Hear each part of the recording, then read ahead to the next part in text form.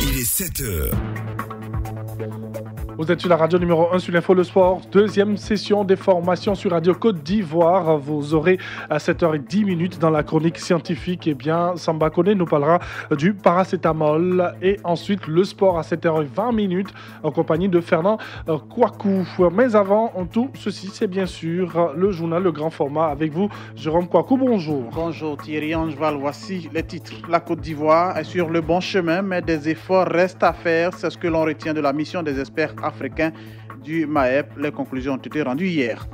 Les vacances et les petits métiers, de nombreux élèves s'adonnent à de petites activités pour préparer la rentrée scolaire. Nous irons à la rencontre des élèves devenus commerçants.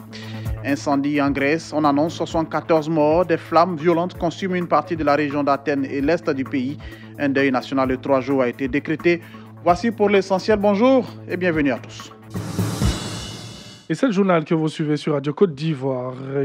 La Côte d'Ivoire est sur le bon chemin, selon les experts du MAEP. Oui, c'est ce que disent ces experts au terme de leur mission en Côte d'Ivoire. Notre pays est bel et bien sur la voie de l'émergence.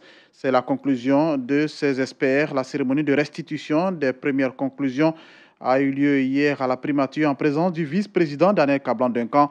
Le vice-président qui a d'ailleurs pris l'engagement au nom de l'État d'améliorer les points négatifs relevés à la fin de cette mission. Daniel Kablan-Duncan.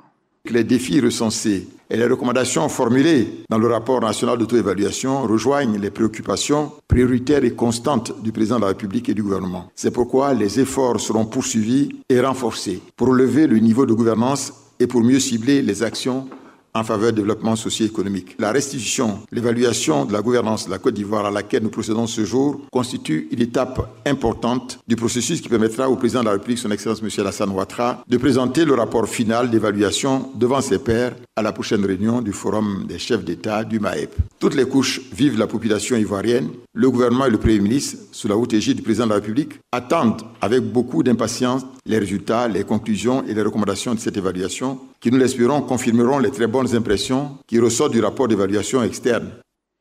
Et 7e TAC, les travaux des experts ont pris fin hier à Yamoussoukro. Oui, le TAC, c'est le traité d'amitié et de coopération entre la Côte d'Ivoire et le Burkina Faso.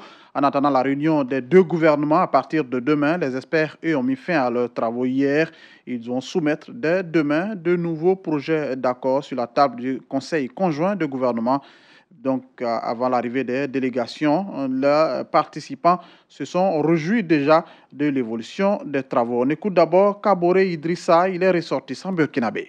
En tout cas, dans mon côté, je suis très content. Depuis quand je suis au courant que le président burkinabé va courser le président de Côte d'Ivoire, en tout cas, je suis très content. Je ne sais même pas comment je vais dire.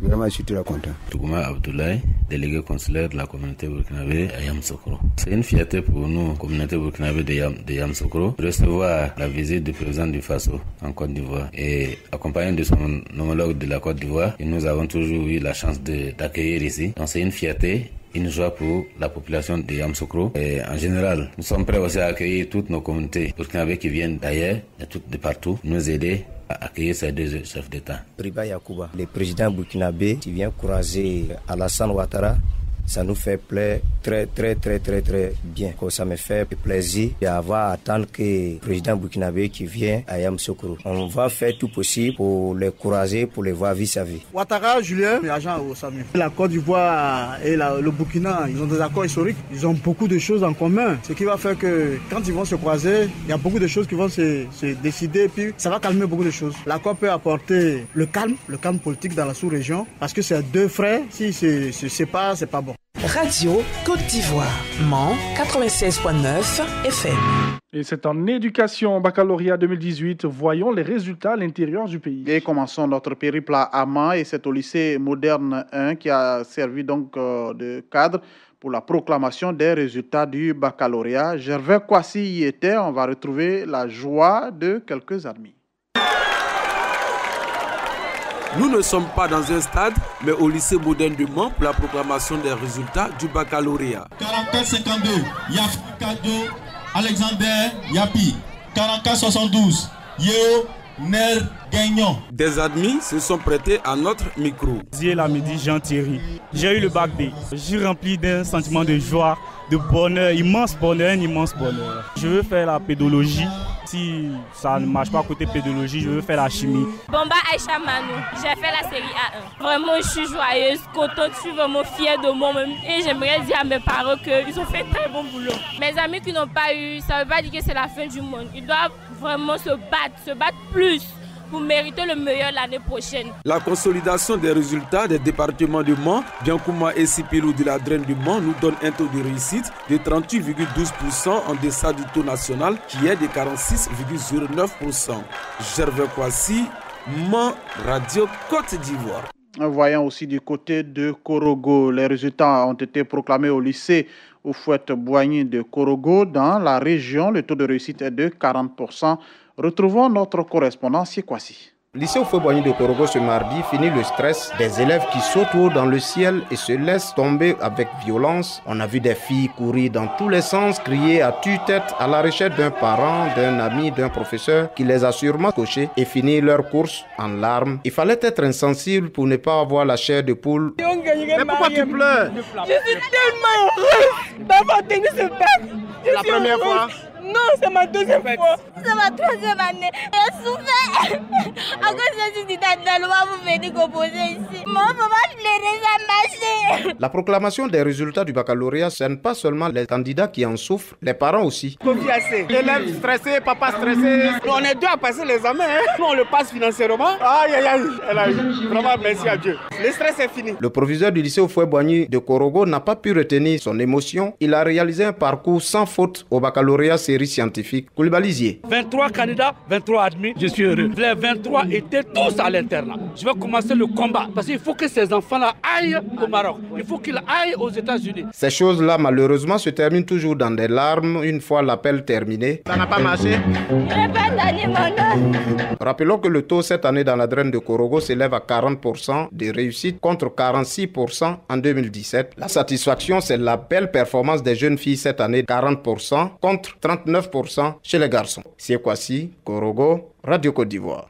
Et oui, c'est tout ça le baccalauréat. Les vacances et les petits métiers, on en parle ce matin, des élèves devenus commerçants. Oui, ils sont devenus commerçants afin d'aider leurs parents à participer ainsi aux dépenses à la rentrée des classes prochaines.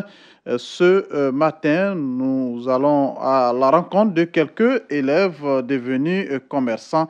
Une activité qui génère assez de bénéfices. C'est ce que nous rapportent Naomi Kamagate et Nadège Kofi. Tia Michel est en classe de première. Il vend des meubles pendant ses vacances. Je passe mes vacances particulièrement dans un lieu de vente de meubles et de moquettes. Grâce à ce commerce, j'arrive à subvenir à certains besoins et aussi diminuer la charge des parents. De cette façon, pendant la rentrée scolaire, je me sens plus à l'aise et j'ai certaines choses à m'apporter. Moi, ce n'est pas par jour en tant que tel, mais moi, souvent, ce sont les samedis. Souvent, j'ai environ 5 000 francs ou plus les samedis. Et puis, même en vendant, j'ai des bénéfices, si on veut voir quoi. En vendant, souvent, quand le budget normal est atteint, les surplus, ça, c'est pour moi. Ces deux élèves ont été rencontrés dans une menuiserie. Ils disent apprendre le métier avec plaisir. Moi, c'est Gon. Bon, j'ai décidé d'apprendre la menuiserie pendant les vacances pour faire mes besoins avec, pour gérer mes petits trucs, pour acheter les petits cahiers. Pendant les soirs, quand je descends, le boss me donne pendant 2 000, 3 000. Ça me dit qu'on peut me donner 5 000 parfois. Je fais mes besoins avec. Oui, c'est moi qui ai décidé de faire le job de vacances. Sangaré Moussa, c'est Gon. J'ai décidé de faire la menuiserie pour pouvoir payer mes livres de fourniture. Mon parent peut me donner les 1500, les 2000, etc. pour mon truc. Oui, mes parents m'ont parlé de ça aussi, mais moi, même si décidé aussi pour pouvoir aider mes parents. Mais que pensent les parents d'élèves de ce choix? Je suis Traoré Madina. Moi, si mon fils il est en vacances chez moi, je pense que c'était très important pour qu'il aille faire. Au lieu de dormir à la maison, suivre ses enfants, aller s'asseoir, fumer, un truc comme ça. C'est ce qui fait que les enfants deviennent autre chose après. Parce qu'il va goûter ça. En vacances, il est à la maison, il ne bouge pas, il est là avec ses amis, il boit, il fume, il devient autre chose. Si, chaque année, il met dans sa tête que, comme s'il va toujours à l'école, donc il se lève tôt, il se lave, il s'en va. Salut, moi c'est M. Boto Odilon. Job de vacances, c'est un métier aussi, c'est important. C'est pour connaître un peu les choses de la vie, c'est très important. Dans un pays où l'on prône l'entrepreneuriat des jeunes, les petits métiers pendant les vacances, sur l'initiative des enfants eux-mêmes, est l'occasion pour les parents de détecter les futurs talents de leur progéniture.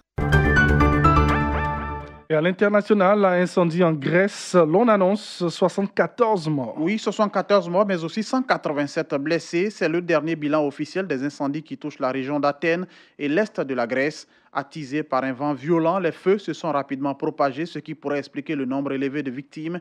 Un deuil national de 3 jours a été décrété hier mardi et dans les régions touchées, la solidarité s'organise. De nombreux pays ont proposé leur aide à la Grèce pour combattre les feux qui ravagent les forêts autour de la capitale. Point final de ce 7h. On vous rappelle l'essentiel. La Côte d'Ivoire est sur le bon chemin, mais les efforts restent à faire. C'est ce que l'on retient de la mission des experts africains du MAEP. La délégation a rendu les conclusions de sa mission hier. Les vacances et les petits métiers, c'était donc le sujet du journal Les Vacances de ce matin. Des élèves devenus commerçants pour la circonstance. Et puis on a parlé de l'incendie en Grèce, 74 morts, des flammes violentes consument une partie de la Grèce, d'Athènes et l'est du pays.